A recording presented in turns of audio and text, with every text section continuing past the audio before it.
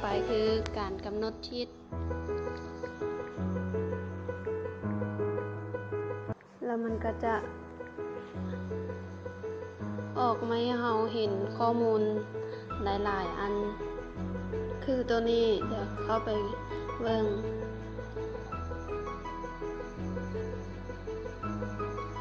แล้วก็อ่านเบิ่งว่ามันเกี่ยวข้องกับหัวข้อของเราบ่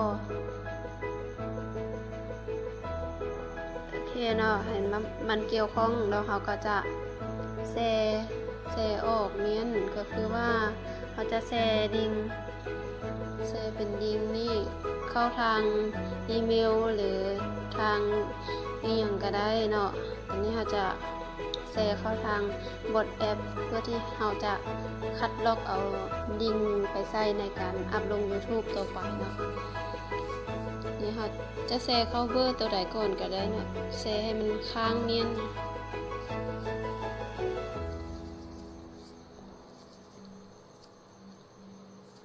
แล้วก็เราก็จะกลับคืนมาซอกหาเบิ่งอีกหลายๆอันหลายๆอันที่กระเจ้าเฮ็ดหั่นว่าแต่ละอันมันมีความเกี่ยวข้องกันคือแนวใดแล้วเขาก็จะแชร์ออกเมียนไว้คือเก่าหั่นและขั้นตอนต่อไปเมื่อเราได้ข้อมูลหลากหลายแล้วเราก็จะมาค้นหาเอารูปภาพที่มันเกี่ยวข้องนั่นซึ่งว่ารูปตัวนี้เป็นการ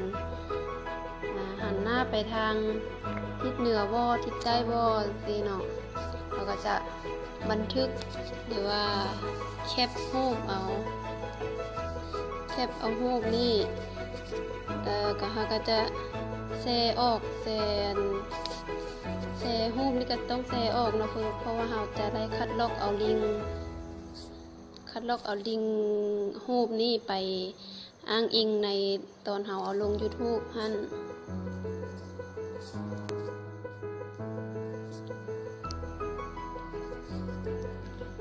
เราก็จะซอกหาเบิ่งเนาะเช่นว่ารูปที่นี่มันก็จะมีความเกี่ยวข้องกับบทของเราหลากหลายเราก็จะบันทึกออกไปเมื่อบันทึกเอา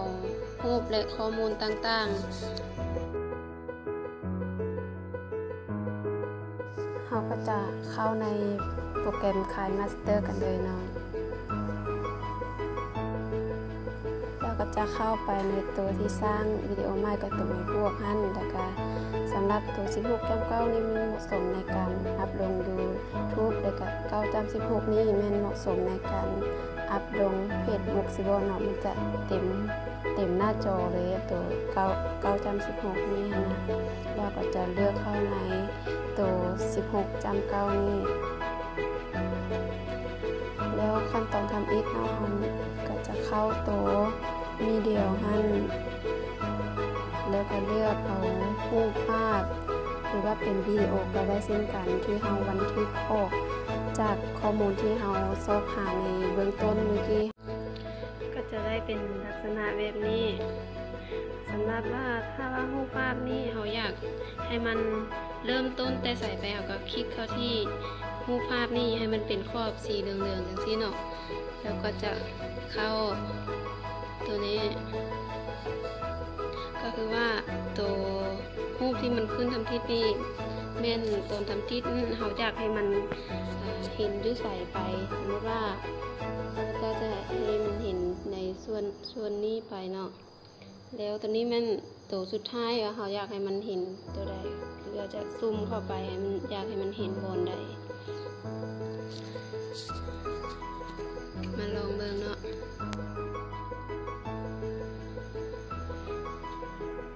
มันก็จะได้ลักษณะแบบนี้แล้วถ้าว่าเขาอยากให้รูปภาพของเราเห็นเต็มส่วนแล้วเขาก็จะแตะเข้าตัวเก้านี่แล้วเขาจะแตะตัวที่เครื่องหมายเท้านี่คือว่ารูปทั้งสองนั้นมันจะเท่ารูปภาพธรรมดานะมันจะบ่ขึ้นไหวยังแล้วเขาก็คลิกในหน้าจอแล้วก็ย่อรูปเลยว่าเขาจะให้มันเห็นส่วนไหนของส่วนไหนเนาะก็ลองเบิ่งมันนี่ เป็นลักษณะแบบนี้มันจะบ่เป็นรูปภาพเคลื่อนไหวเลยและถ้าว่า เราอยากให้รูปภาพของเรามีระยะยาวกว้างออกเราก็จะคลิกเข้าในรูปภาพแล้วก็แตะที่ส้นมันนี่แล้วก็ลากไปเลยลากไปยาวๆเอาตามที่ความต้องการของเราว่าสิเอาซ้ำใดหรือว่าถ้าว่าเราอยากตัดออกตัดเป็นบางส่วนออกของรูปภาพนี้ออกเขาก็จะแตะเข้าในรูปภาพนี่เนาะให้มันเป็นสีเหลืองสีแล้วแตะเข้าตัวตัดตัวเป็นรูปมีดตัดนี่ค่ะนะแตะเข้าไปแล้วตัวทำทิศแม่นเขาจะตัดไปทางซ้ายของหัวอ่านนี่แม่นมันจะตัดออกกันตั้งแต่ตัวเป็นขีดเป็นขีดขั้นอยู่ในบล็อกที่มันเป็นสีเหลืองนี่นะอยู่ทางภาคซ้ายมือของเขามันจะออกหมดเลยถ้าเราจะตัดเราก็ติ๊กเอาแล้วมันก็จะออกเหมือนเนาะและต่อมาแม่นเราจะมาเข้าขั้นตอนการตัดเป็นวิดีโอก็คือเราจะนำเอาข้อมูลและรูปภาพที่เราได้ดาวน์โหลดออกมาเมื่อกี้มาตัดต่อเป็นวิดีโอคือเราจะใช้โปรแกรม KineMaster หรือเป็นโปรแกรมอื่นก็ได้ที่สามารถตัดวิดีโอของเราได้ไม่ว่าจะเป็นวิดีโอโซหรือว่าวิดีโอต่างๆที่มันสามารถตัดเป็นวิดีโอได้เราจะเข้าในโปรแกรม KineMaster กันเลยแล้วต่อมาแม้นถ้าเราอยากให้วิดีโอของเรานี้มันเป็นเปลี่ยนรูปภาพที่เปลี่ยนซากในหนอกเราก็จะแตะเข้าตัวที่มันขั้นกลางนี่นะแต่ให้มันเป็นสีแดงที่ออกมาเราก็จะเลือกเอามันจะมีอยู่นี่หลายๆอันเป็นว่าเข้าตัวนี้เนาะครับจะเลือกเป็นตัวนี้มันก็จะได้ทำทิศลื่นแม่นเราจะเข้าตัววิดีโอนี้แล้วก็ค้นหาเอารูปภาพที่เราได้บันทึกในโทรศัพท์ของเรานั้นมาตัดต่อเป็นวิดีโอเป็นรูปภาพเคลื่อนไหวเนาะแล้วเราก็จะเลือกเอารูปภาพที่มันเกี่ยวข้องที่เราบันทึกออกมานั้น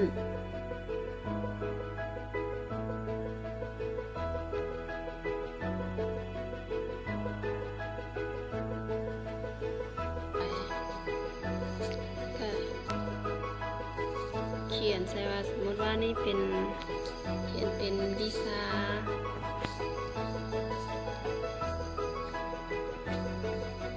ดาราศาสตร์ที่เข้าไปมันก็จะได้แบบนี้เขาอยากให้มันขยายเป็นตัวน้อยตัวใหญ่จังใดก็แม่นคลิกที่ตัวหนังสือแล้วก็ลากไปเลยเนาะอยากให้มันอยู่ส่วนใดของรูปก็สามารถลากเข้าไปแล้วเขาจะเอาสีตัวหนังสือนี่แม่นจะเข้าตัวที่เป็นวงมนนี่นะเป็นสีขาวๆนี่แตะเข้าไปแล้วนี่ก็จะเป็นสีให้เขาเลือก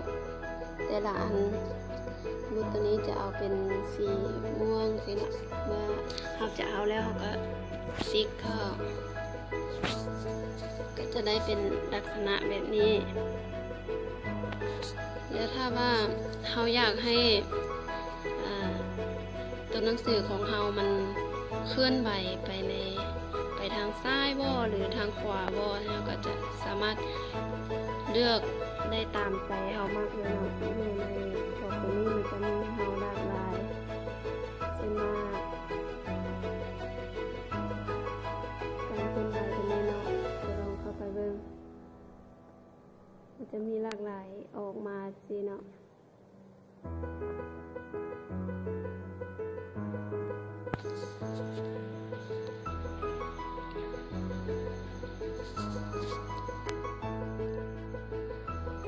มันก็จะได้เป็นลักษณะแบบนี้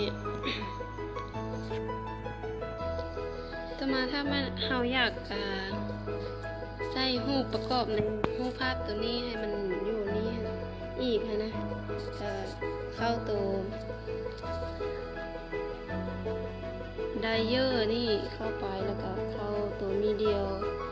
แล้วก็เราจะเลือกเอารูปภาพที่เราจะอยากจะใส่เพิ่มเติม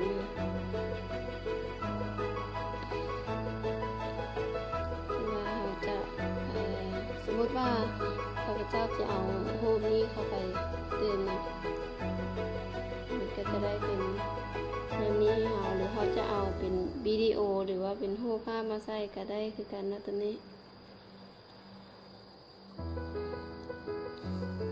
ได้มือมันได้จังสิแล้วค่ะก็ติ๊กเอาเดี๋ยวถ้าหากว่าเราอยากบันทึกเสียงเนาะภาคเสียงใส่นะก็เข้าตัวเสียงนี่เตะตัวเสียงนี่เข้าไปแล้วก็จะเริ่มบันทึกใส่ตัวเริ่มนี่เมื่อมันใส่ได้เท่าไหร่หนึ่งถ้าเราพอแล้วเราก็จะหยุดแล้วเราก็จะติ๊กใช้เครื่องหมายติ๊กนี่แล้วขั้นตอนต่อไปแม่นเราเอาเอฟเฟกต์ใส่ในวิดีโอของเราก็คือเข้าตัวเป็นโน้ตนี่เนาะเป็นโน้ตนี่เข้าไปมันก็จะมีเอฟเฟกต์ให้เราหลายอันหรือว่า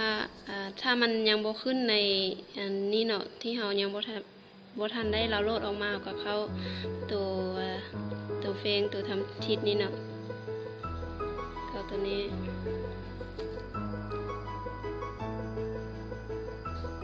หรือว่าเราจะเข้าในห้านค่า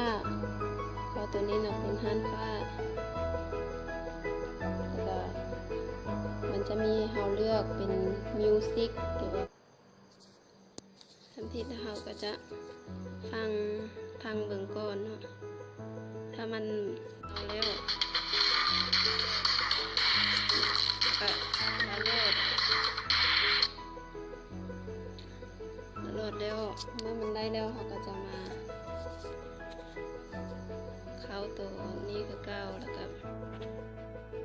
ฟังเบิ่งตัวที่เอานั้นให้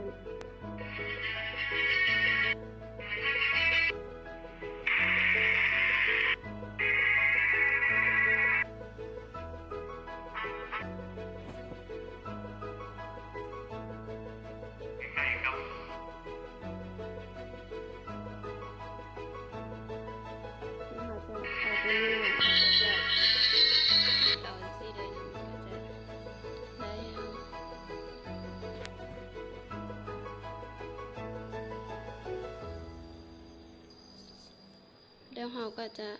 ติ๊กเอาสมมติเราจะเอาเป็นเอฟเฟกต์ตัวนี้เนาะก็จะเข้าตัวที่ในบวกเอานี่มันก็จะเข้ามาให้เรานี่เนาะก็ติ๊กฟังเบิ่งเนาะมันจะเป็นลักษณะแบบนี้แต่ถ้าว่าเสียงเอฟเฟกต์มันจะ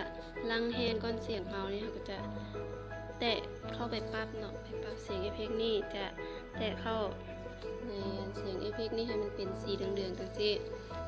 แล้วก็เข้าตัวที่เป็นลำโพงเราก็จะผ่อนลงอยู่ประมาณ 30% ก็ได้แล้วเนาะเสียงเอฟเฟกต์เพราะมันจะลังแฮง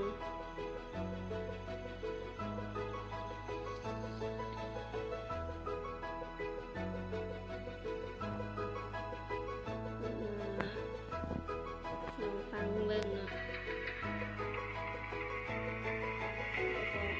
ลักษณะแบบนี้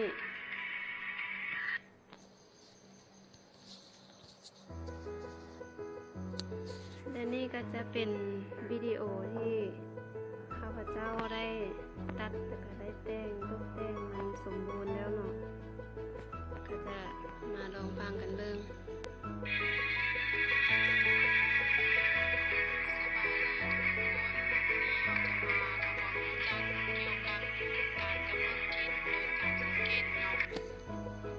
มันก็จะได้เป็นลักษณะทั้งที่ขั้นตอนต่อไปแม่นเราจะบันทึกวิดีโอนี่จะเข้าตัวเป็นลูกศรตัวนี้เนาะแตะเข้าไป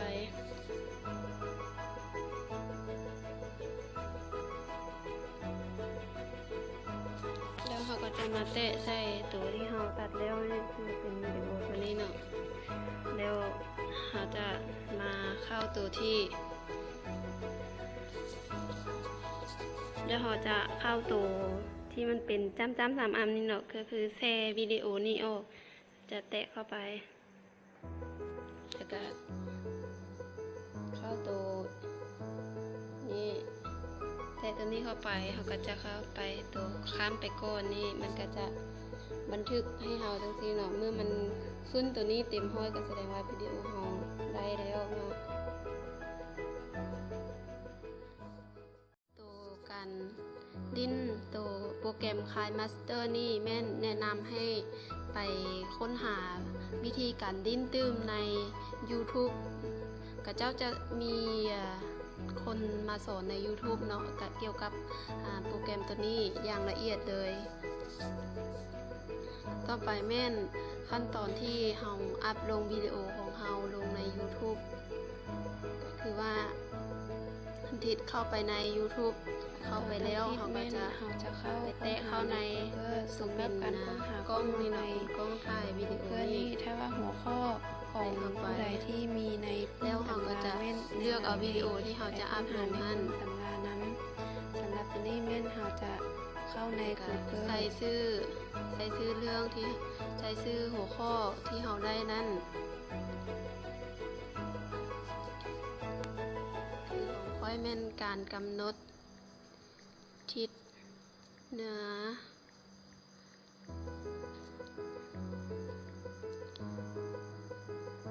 ทิศใต้ทิศตะวันออกและทิศตะวันตกโดยการสังเกตเงาของดวงอาทิตย์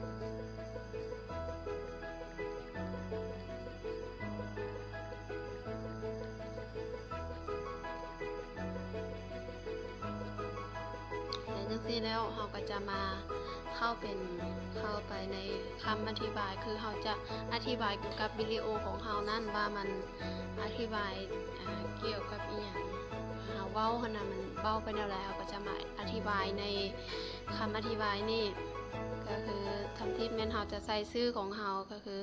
นำเสนอ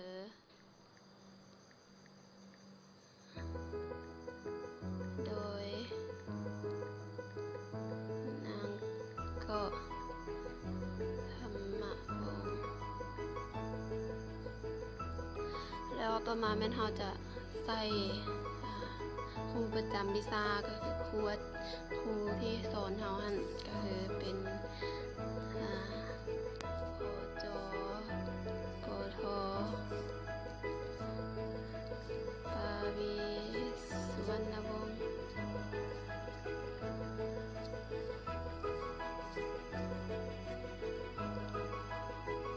ตัวนี้แม่นเราจะใส่เป็นว่านำพาโดยนะ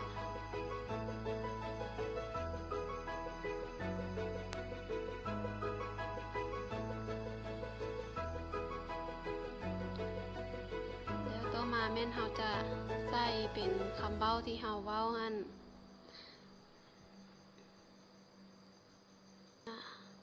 ก็คือว่าคำเว้าที่เราเว้าเราเอามาจากบนไหนหั่นเราจะเอาลิงก์หั่นมาอ้างอิงใส่ก่อนแล้วจึงเอาคำเว้าเราเขียนคำเว้าเราใส่ก็คือว่าตรงนี้เนาะจะไปเอาข้อมูลที่เราแชร์ลงไปเมื่อกี้หั่นก็จะ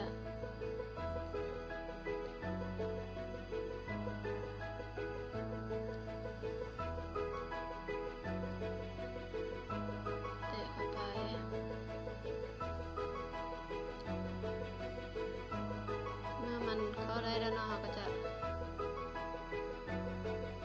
คัดลอกเอาตัวนี้เป็นการคัดลอกเอาดิ้งมัน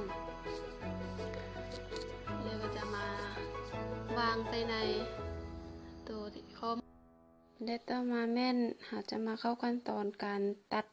เป็นวิดีโอก็คือเราจะนำเอาข้อมูลและรูปภาพที่เราได้ดาวน์โหลดออกมาเมื่อกี้มาตัดต่อเป็นวิดีโอคือเราจะใช้โปรแกรม KineMaster หรือเป็นโปรแกรมอื่นก็ได้ที่สามารถตัดวิดีโอของเราได้ไม่ว่าจะเป็นวิดีโอโซหรือว่าวิดีโอต่างๆที่มันสามารถตัดเป็นวิดีโอได้เราจะเข้าในโปรแกรม KineMaster กันเลยเมื่อเราใส่คำอธิบายแล้วงั้นเราจะติ๊กเข้าตัวเป็นลูกศรเนาะทางเบื้องขวามือเรานี่ติ๊กเข้าไป